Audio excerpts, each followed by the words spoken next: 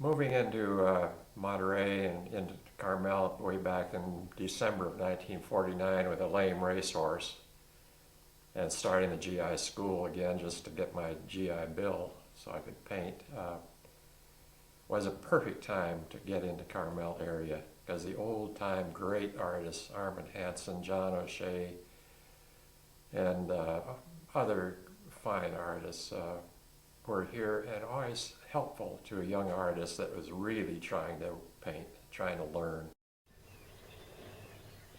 This sign is our first sign we had on the road for our Whiffletree Ranch, and I had to repaint a new one and put it on, and I think I like this one better. Yeah, this is a bronze called the Vaquero. It's about 105 pounds. It's pretty heavy, and it's on a revolving base.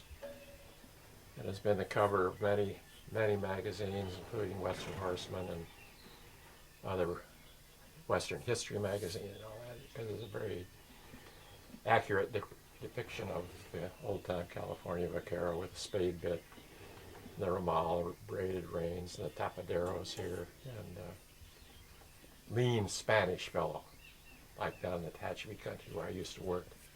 Come into my studio. I have several things in the works, and come on in. I'll show you my studio that I built. And so this is, as you can understand, I really appreciate this place. After 50 years of contemplating my studio that I always wanted, the first 5 years of my life I painted at a chicken house, standing in a cardboard box to keep my feet warm all winter. This is a bas-relief that's 2 by 4 feet and done with clay on a background of plywood, and then it goes into the exact same method of the lost wax process. I don't work from photographs or any on these paintings like this. I use a lot of research. One thing an artist has to do is be passionate about his work, and you're not going to do the great painting to start with. Those won't come for maybe many years, but you have to stick with it and always work as hard as you can and research. And in my own subject matter, I had to do a lot of research for early California stuff and all that, but you have to be tough. You got to hold on and don't let people discourage you, and have a good wife. That's very important.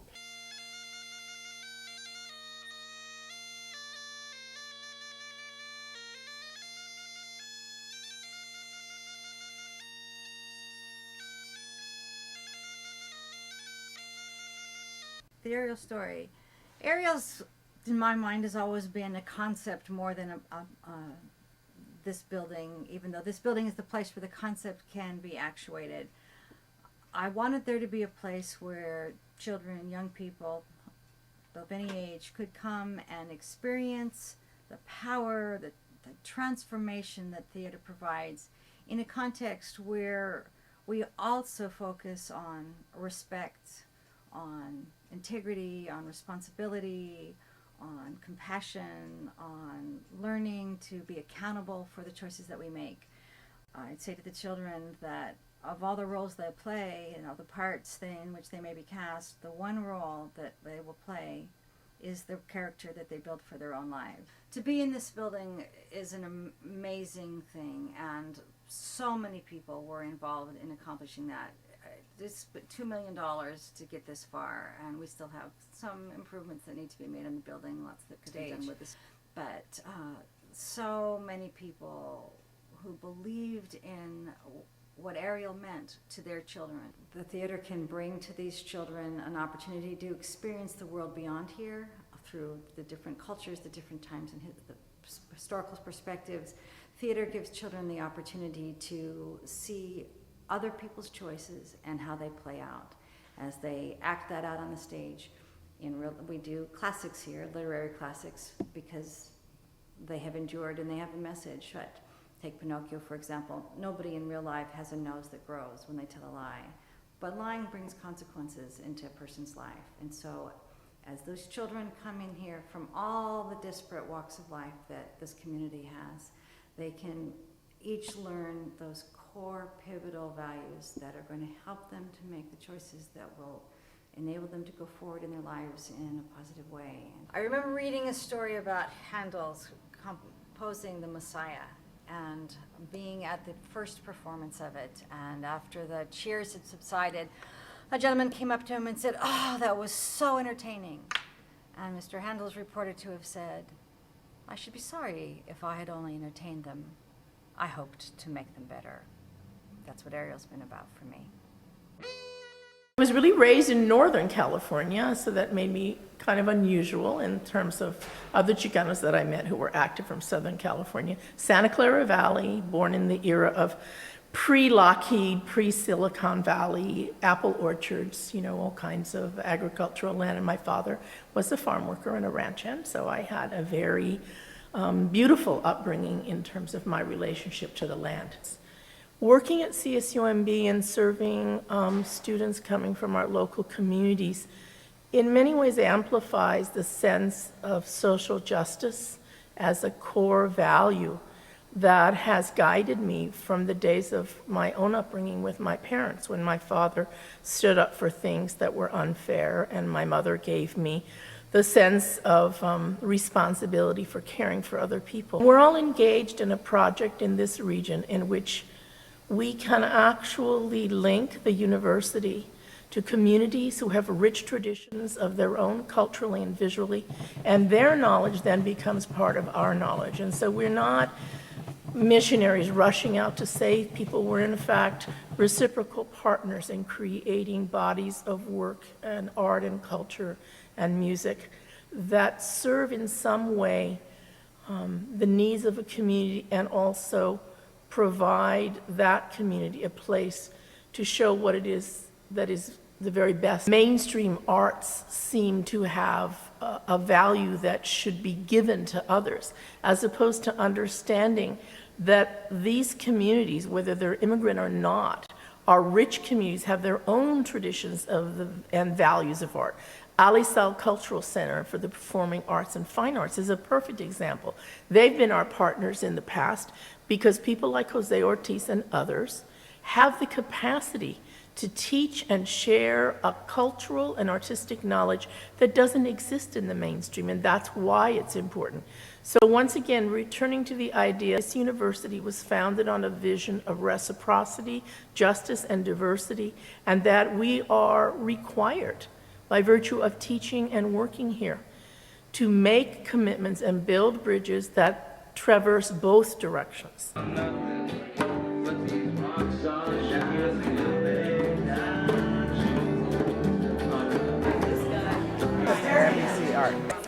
Well, about 10 years ago, Marcia and I got together and we decided to come up with a studio for young driven artists, high school, college, that knew they were artists. They just needed a community, they needed a safe place, they needed mentorship, they needed supplies, and they needed not to be told what to do. So we founded this place 9 years ago. And it is an experiment that works. That's the best way I can put it. We individually mentor each one of these kids. We find out what drives them. We ask them to be exactly who they are when they come in here, because you can't do real artwork unless you are authentic. We don't have a lot of, at least apparent judgment, and we let them express themselves. And when, I think I'm going to steal a line from Lily Ye, but when this age group is allowed to speak, they are eloquent. It's the best thing I've ever done in my life. Hi, my name is Jane Tullock. We've served about 275 kids up till now, and I would say presently we have about 60 youngsters. Congressman Sam Farr visited us. He came in February, on February 29th, and he called us the safest place in Monterey County for kids. We continue to need the community to get involved with us in order to thrive. If a kid is really motivated to do visual art, he or she are in.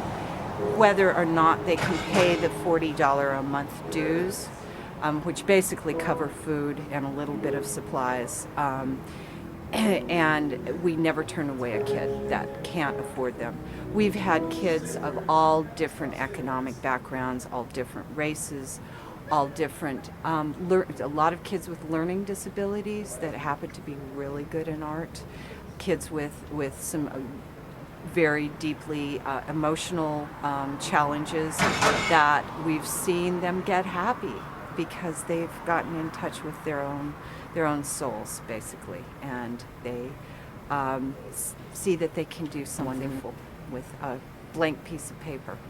And we'd like to be a faith-based organization because nothing takes faith like art.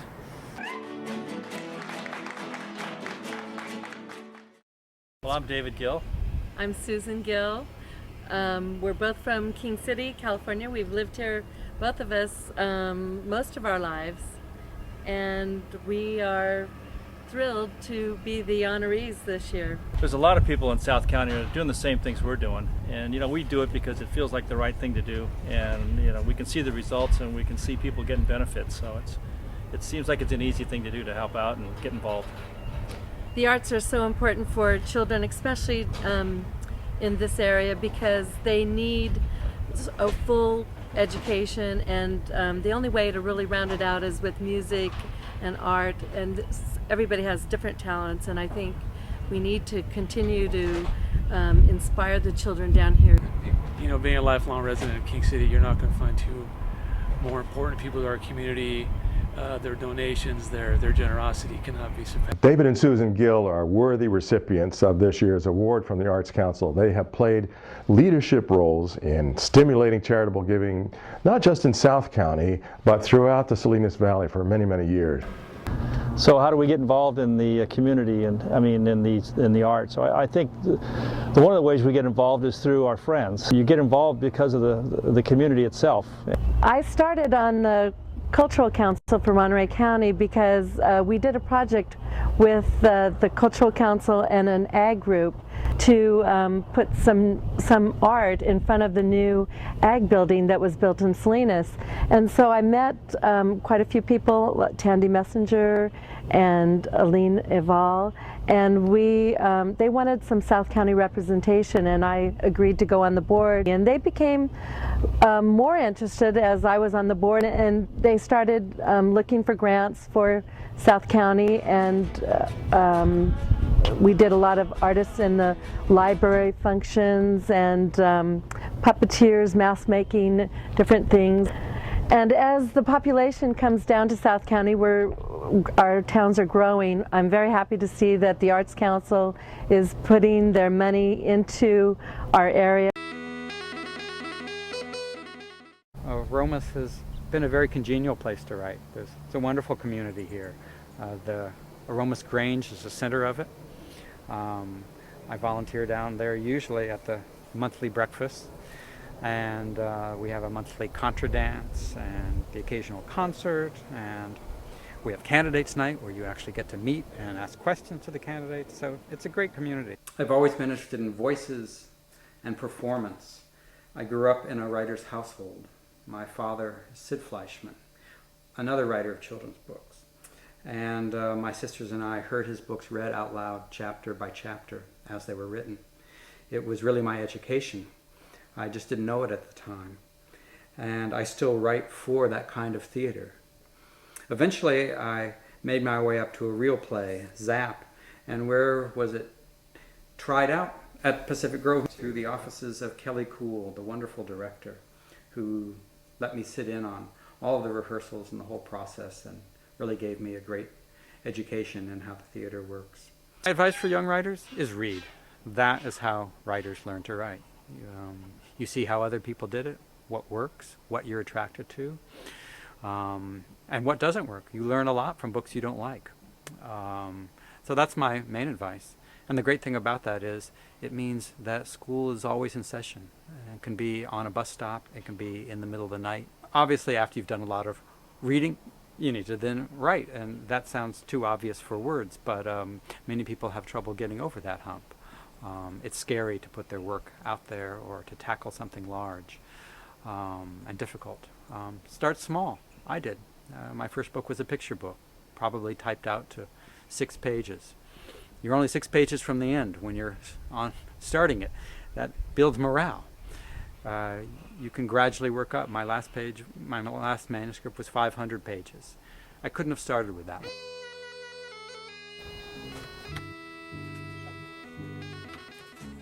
Am I an artist or an educator? I guess down here in places like Big Sur and small schools, we wear many hats because I am, of course, a certificated art teacher and elementary teacher. Actually, I've got a Clear Life credential in all subjects.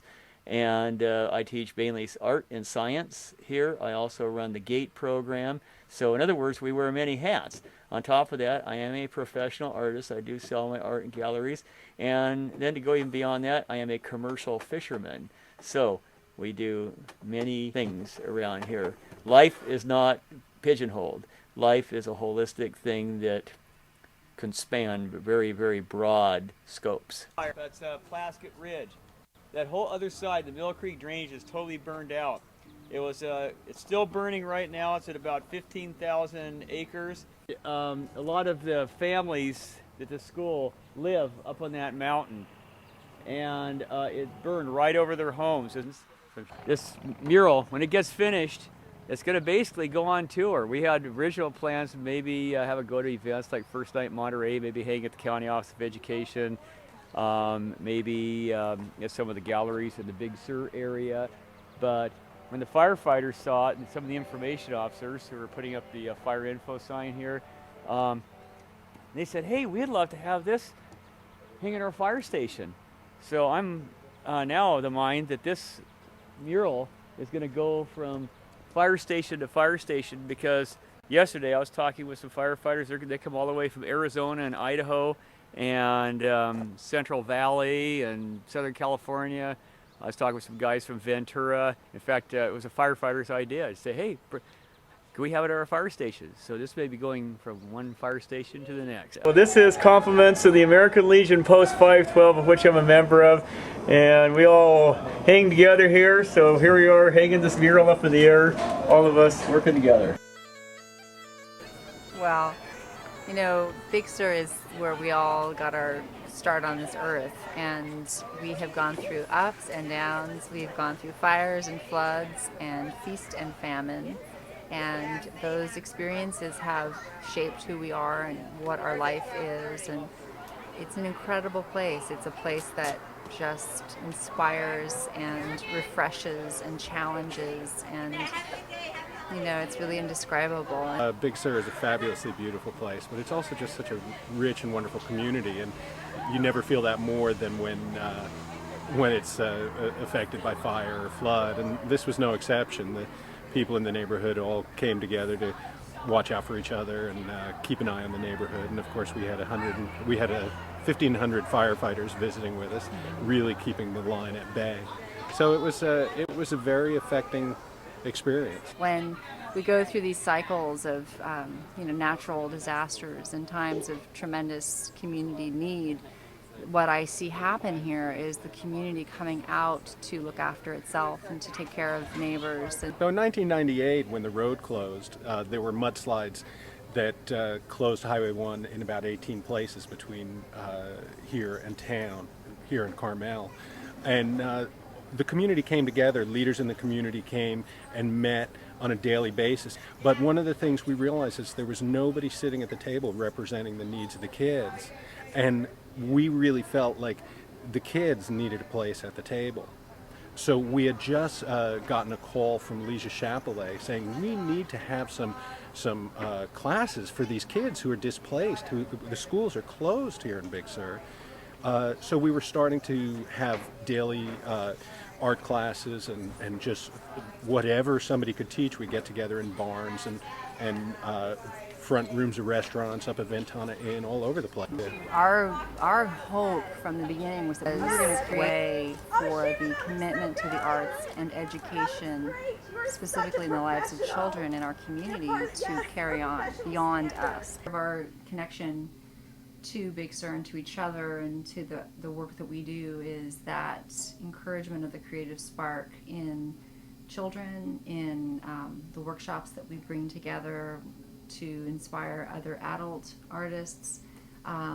That's the thing I think I feel the proudest of in my life, is having found ways to really help other people awaken the creative spirit within themselves. And you can go to an art show or a theater show. You can go to dance performances, children's workshops. There are all kinds of creative things going on in Monterey County, and you could find dozens of them any week or any month of the year, but it would be very hard to find any of them that didn't have some support from the people of the Arts Council.